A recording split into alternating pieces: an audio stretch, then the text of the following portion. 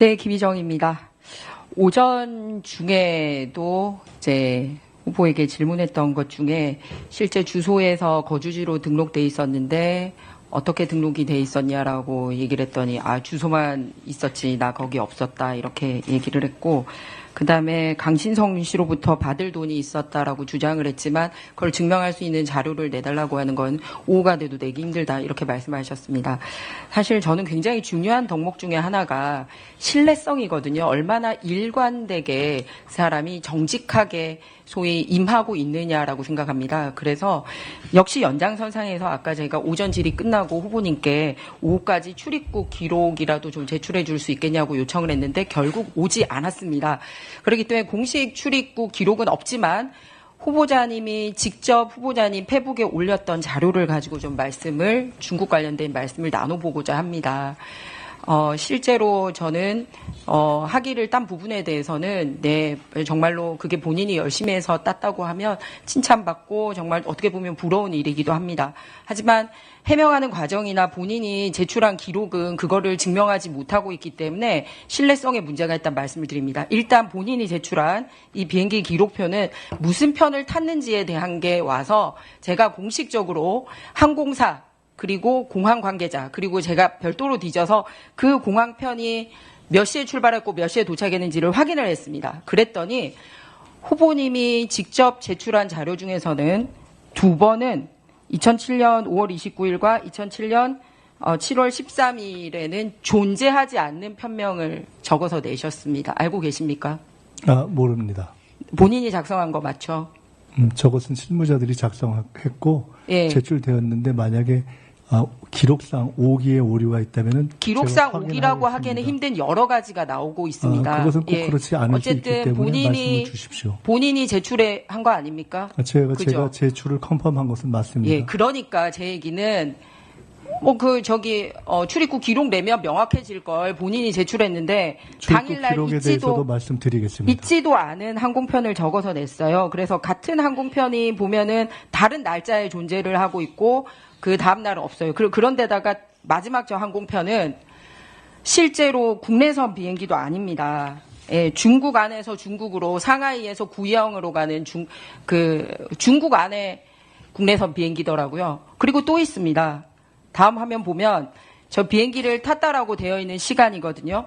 그런데 저 시간에 엄연히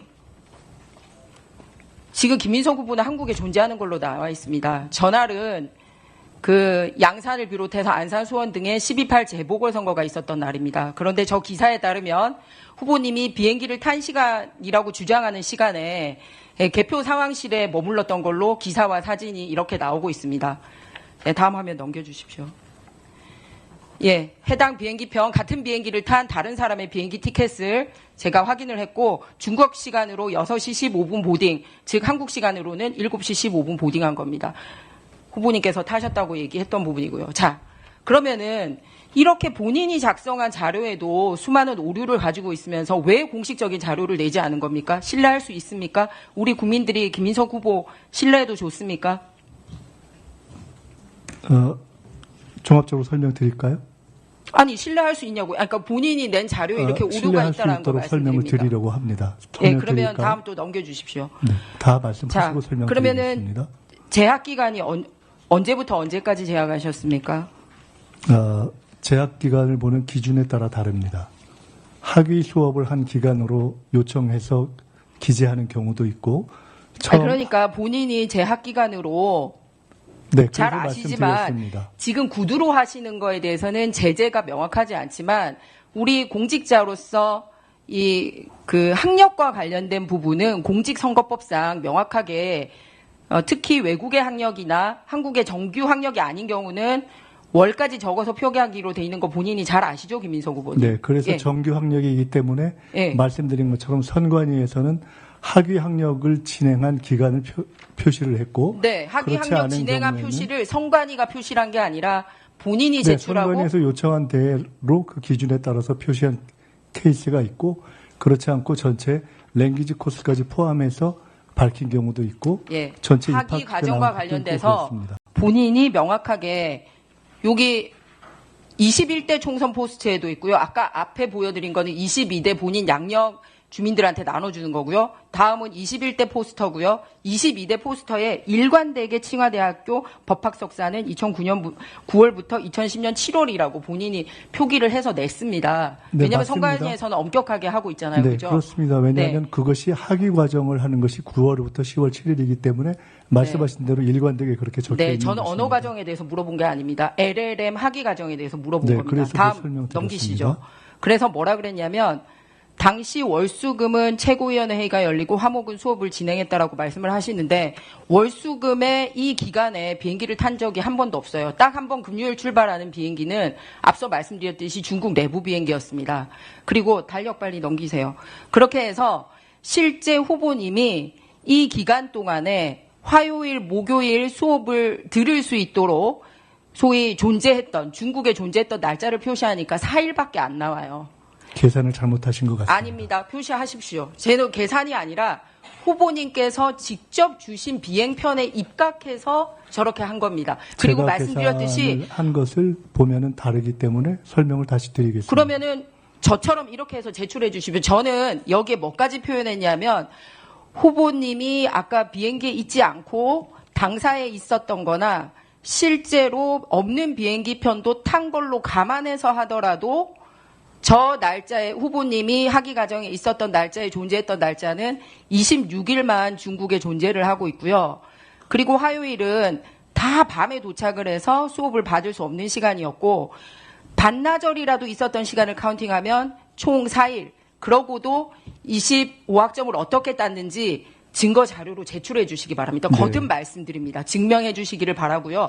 신뢰성을 회복하는 게 굉장히 중요하다. 학위가 진짜 있고 아니고를 이런 걸 떠나서 그 거짓말이라는 표현은 과도한 인상 효과가 있기 때문에 제가 드리는 말씀대로 그 실제로는 의원님께서 계산하신 것과 달리 총 148일이 체류가 되어 있는 것을 그 말씀드릴 수 있고요. 그것과 관련한 것에 대해서는 우리 의원님께 전해드리도록 하겠습니다. 다시 한번 정확히 말씀드리지만 그것에 대해서 한 가지 말씀드리겠습니다. 솔직히 말씀드리면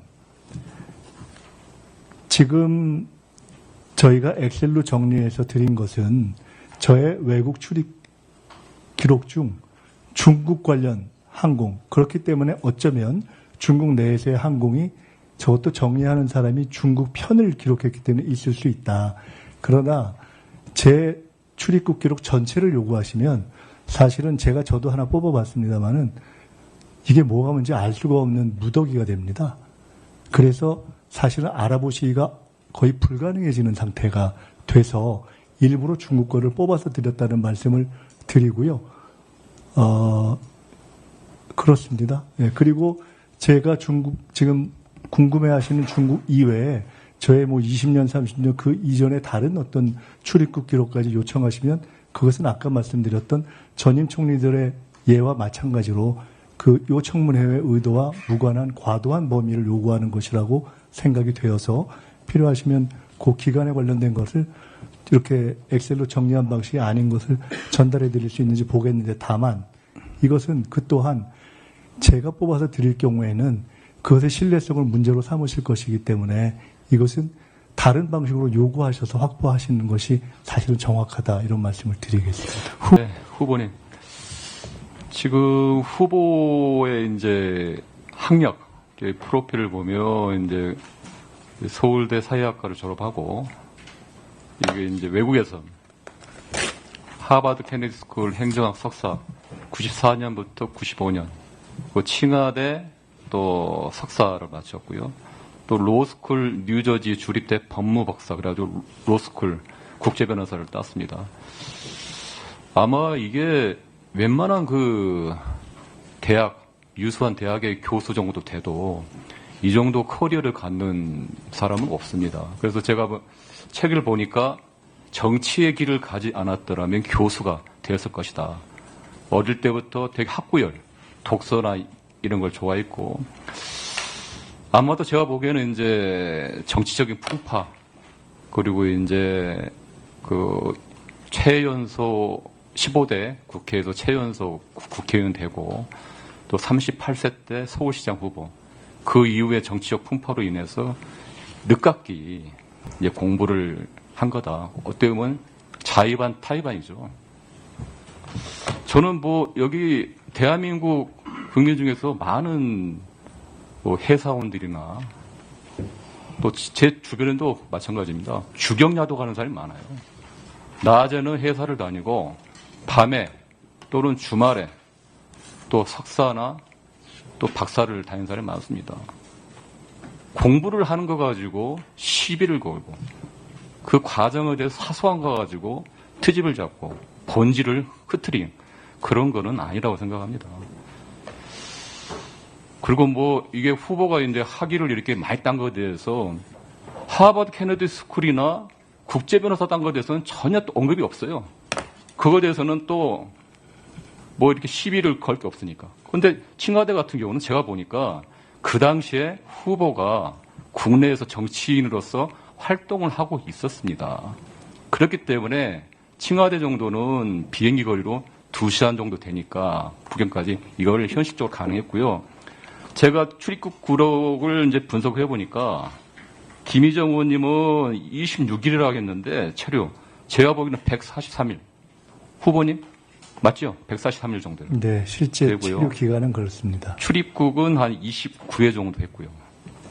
요게 지금 팩트고요. 왕복을 1일로 치는 계산법으로는 그렇게 숫자가 나오고 예. 실제 체류 기간을 하는 계산법으로는 지금 100일이 넘는 계산법이 나와서 지난번에 마치 법원에서 예. 일로 계산하냐 시로 계산하냐 뭐 그리고 이런 식으로 보시면 제가 됩니다. 하버드 케네디 스쿨이 얼마 어려운 대학입니까? 그리고 미국에서 로스쿨 다니 얼마나 그 정도 능력이면 청와대 정도는 가능하죠.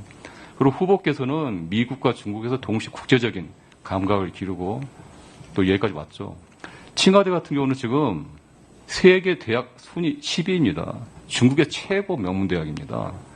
이런 대학에서 석사학위를 아무나 줍니까? 커리큘럼이나 수업이나 이런 시험들은 상당히 엄격하기로 유명한 대학입니다. 그래서 후보자 같은 경우는 지금 어떻게 보면 그 당시 정치인으로서 국내에서 활동하면서 짬짬이 시간을 내가지고 국내로 오가면, 물론 이제 어려울 때는 학교 측에 양해를 구하고 했겠죠. 그렇게 해가지고 동시에 한 겁니다. 이걸 오히려 칭찬하고 격려하고 또 이거를 붙돋아줘야지 그걸 시비거리 된다는 거는 이건 청문회 본질에 안 맞는 것 같고요. 제가 보니까 또 아까 보니까 저기 청와대에서 2007년 3월달 입학해가지고 2010년 6월달에 논문을 제출했고 그해 7월달 졸업했습니다. 공식 졸업 확인서가 증명하고 있고요. 아까 후보자 경력 기재 관련해서 실제 2007년에서 2010년에 석사관이 있었지만 2020년 선거 공부에는 석사 기간을 2009년부터 2010년까지 기재했습니다. 아마 이게 선관위 안내에 따라서 그러신 거 아닌가요? 그렇습니다. 예, 석사학위 받기 위해서는 반드시 거쳐야 하는 필수 학위 과정이 있는데 선관위 통상 이 기간을 뺀 순수 석사 과정을 기재한 겁니다. 요거는 선거를 치르는 사람은 다 상식입니다. 상식. 그래서 더 이상 이런 문제 가지고 시비를 거는 거는 청문회 본질에 맞지 않다 저는 생각하고 어떤 늦깎이 정치인의 학구에 대해서 폄훼하거나 평가절하하는 거는 더 이상 해서는 안 된다 저는 생각합니다.